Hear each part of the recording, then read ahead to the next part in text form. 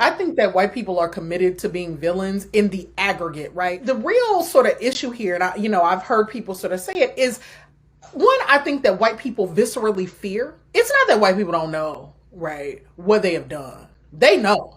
They fear that there is no other way to be human but the way in which they are human, which is to, so, like you talk to white people, and whenever you really want to have a reckoning about it, they say stuff like, it's just human nature. If y'all had all of this power, you would have done the same thing, right? And it's like, no, that's what white humans did. White human beings thought there's a world here and we own it. Prior to them, Black and brown people have been sailing across oceans, interacting with each other for centuries without total subjugation, domination, and colonialism. Right? We have seen what a show this iteration of treatment of other human beings means, and that my hope is that we would do it differently, in the moments when we have some power. We will not do it perfectly, but I do think that all of us can sort of agree that a politics that says like there are superior and inferior human beings just isn't the way to go. And that's the thing that white people don't trust us to do, because they are so corrupt. Their thinking is so morally and spiritually bankrupt about power that they can't they fear viscerally, existentially letting go of power, because they cannot imagine that there's another way to be. It is either that you dominate or you are dominated. And isn't it sad that is spiritually who they are, and that they can't imagine a sort of more expansive notion of the world? The thing I want to say to you is we got to take these motherfuckers out. But we can't say that, right? We can't say, I don't believe in a project of violence. I truly don't. Because I think in the end that our souls suffer from that. And I do think that some of this is a spiritual condition. So here is where I land most days about white people. And I actually have been helped in this by thinking about indigenous people, right?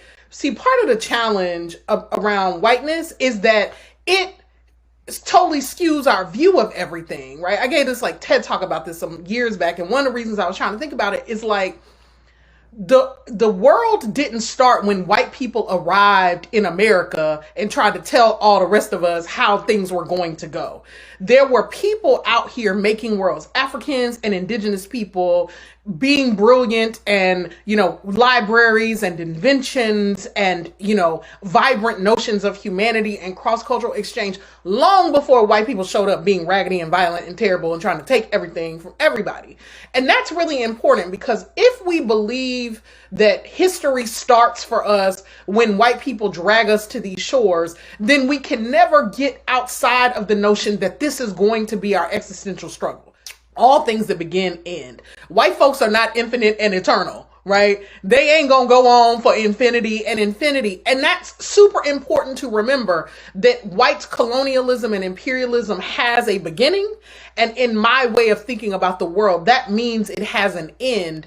And so part of what we are trying to do is to imagine what are the steps that we must take to get to the other side of this very inconvenient epochal interruption of Black and indigenous world making.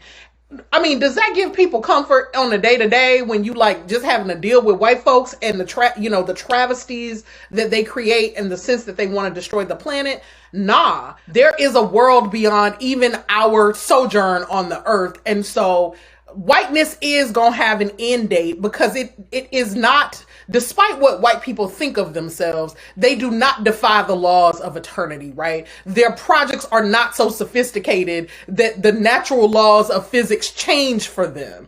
And when we sort of humble them humble our own understandings of whiteness, it seems like the biggest giant that we face. But in the end, right, it is what I like to say is, Black folks were out here for centuries and centuries and millennia doing all kinds of wonderful things, and probably some up things too, but whiteness is largely an inconvenient interruption. And so we then get to ask ourselves, so why am I here in this moment of it?